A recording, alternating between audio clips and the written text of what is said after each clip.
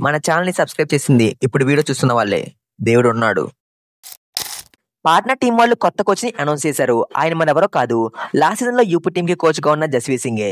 ఇదైతే నాకు చాలా షాకింగ్‌గా అనిపించింది. ఎందుకంటే పాట్నా టీమ్‌కి కోచ్‌గా ఉన్న రందీప్ దలాల్ కోచింగ్‌లో పాట్నా టీం 8 మ్యాచెస్ విన్ అయ్యి ప్లే ఆఫ్స్‌కి రీచ్ అయింది. అండ్ జస్వీర్ సింగ్ కోచింగ్‌లో యూపీ టీం ప్లే ఆఫ్స్‌కి రీచ్ అవ్వలేదు. జస్వీర్ సింగ్ యూపీ టీంకి 7 సీజన్స్‌లో కోచ్‌గా ఉన్నారు. ఇందులో 5 సీజన్స్‌లో యూపీ టీం ప్లే ఆఫ్స్‌కి వెళ్ళింది. 7 సీజన్స్‌లో 5 టైమ్స్ ప్లే ఆఫ్స్‌కి వెళ్ళిందంటే రికార్డ్ చాలా బాగుంది అనుకుంటున్నారేమో. ఫస్ట్ 4 సీజన్స్‌లో 4 టైమ్స్ యూపీ టీం ప్లే ఆఫ్స్‌కి వెళ్ళింది. కానీ లాస్ట్ 3 సీజన్స్‌లో ఒకసారి మాత్రమే యూపీ టీం ప్లే ఆఫ్స్‌కి వెళ్ళింది. ఆయన రీసెంట్ రికార్డ్ అయితే కొంతవరకు డ్రాప్ అయిందనే చెప్పాలి. రీసెంట్ గా వెస్ట్ బెంగాల్లో కట్టిన స్టేడియం కి బీకేఎల్ కోచ్ అయిన రామ్మహర్ సింగ్ పేరు పెట్టారు.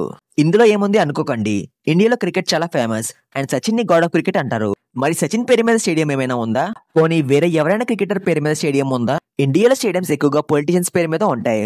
పోనీ క్రికెట్ ప్రపంచం మొత్తం అలాగే ఉందా అంటే వెస్టిండీస్ లో స్టేడియంస్ క్రికెటర్స్ పేరు మీద ఉంటాయి. సో క్రికెట్ లో ఎవరు సాధించలేంది కబడ్డీలో రామ్మహర్ సింగ్ గారు సాధించారు. నెక్స్ట్ టాపిక్ చూస్తే the showman, the poster boy of kabaddi and the raid machine అని పిలుచుకునే మన రాహుల్ చౌదరి ఉత్తరప్రదేశ్ లో తన ఓన్ లీగ్ ని స్టార్ట్ చేశాడు. ఈ లీగ్ నేమ్ వచ్చేసి ఆర్సీ విదూర్ కబడ్డీ లీగ్. ఈ లీగ్ కి సంబంధించిన ట్రయల్స్ కూడా యూపీలో కండక్ట్ చేస్తున్నారు. రాహుల్ చౌదరి మాట్లాడుతూ ఇది కేవలం కబడ్డీ లీగ్ కాదు, మన క్రీడా భవిష్యత్తు కోసం ఒక ఉద్యమం అని ఆయన పేర్కొన్నారు.